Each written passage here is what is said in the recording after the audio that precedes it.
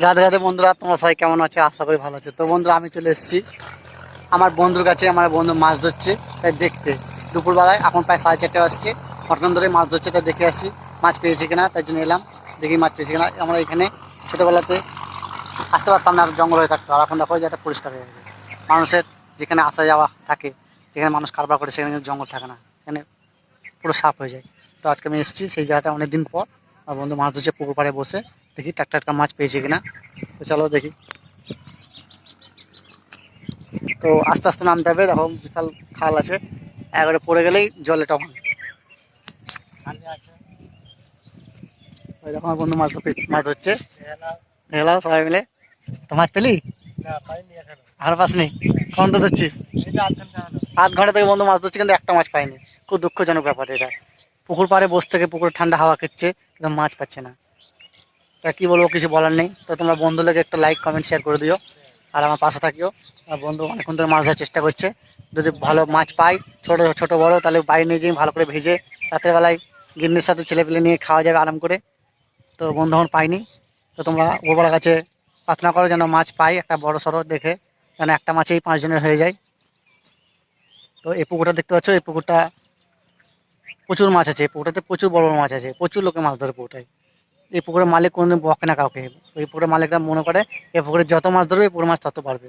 কিন্তু হ্যাঁ, আজ পর্যন্ত এই পুকুরের মাছ কোনো শেষ হয়নি। কারণ জানো, কেননা যারা মাছ ধরে তাদের আশীর্বাদ থাকে পুকুরে। যারা মাছ ধরে আর যেসব মালিকের এই পুকুর, তাদের আশীর্বাদ আছে পুকুরের উপর, উপরওয়ালার আশীর্বাদ আছে। তাই জন্য পুকুরের মাছ কোনো শেষ হয় না। জল থাকলেই মাছ থাকবে।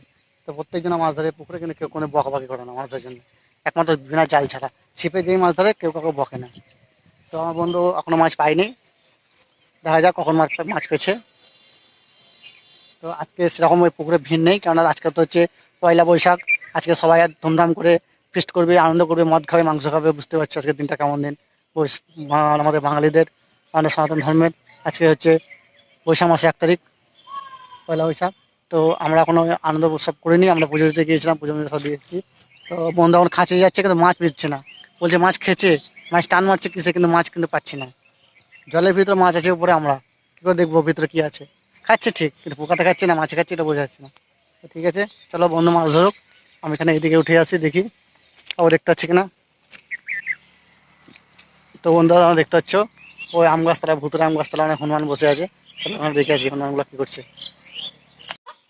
তো বন্ধুরা তোমরা দেখতে পাচ্ছ, এই ভুতুরে আম গাছতলায় অনেক ছোট ছোট বাচ্চা হনুমান বসে আছে, আর বড় বড় যোধা হনু আছে। তো এখানে দেখতেছি আমের গাছ, সেই আমের গাছে আম সব পুরো শেষ, সব খেয়ে নিয়েছে আম গাছ, আমের পাতা সমেত খেয়ে নিয়েছে। তো আমি এসেছি দেখতে, এখন যোধা হনুরা কি করছে, বসে আছে সব, দাঁত খিচছে, ঢাল মারছে যোধা হনুতে, লবণ দিয়ে আম খাচ্ছে। এই যোধা হনু এমনই হনু, পাতা সমেত খেয়ে নেবে। ঢাল মারছে যোধা হনু বলছে বলে, লাল গেঞ্জি যোধা হনু সব। তোমরা দেখতে পাচ্ছ আম গাছ কত। তো বন্ধুরা এই দেখো, এদিকে একটা আসছে, একটা হাইট ছোট একটা যোধা হনু, বলছে আমাকে না, আমাকে না। আমি পাহাড় দিয়ে যাচ্ছে, পটি করতে হয়। বন্ধুরা তোমরা দেখতে পাচ্ছ, ক্যামেরা ক্যামেরা করছিল, ভয় পালাচ্ছে।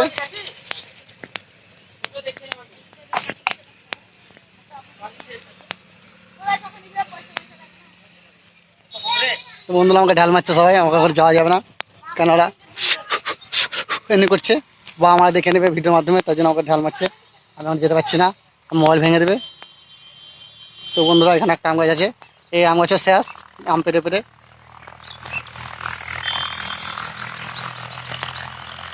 এই গাছটাকে আম ধরেছে, 2-3টা আম ধরে আছে, গাছটা বেশি আম নেই, বেশ ঠিক আছে।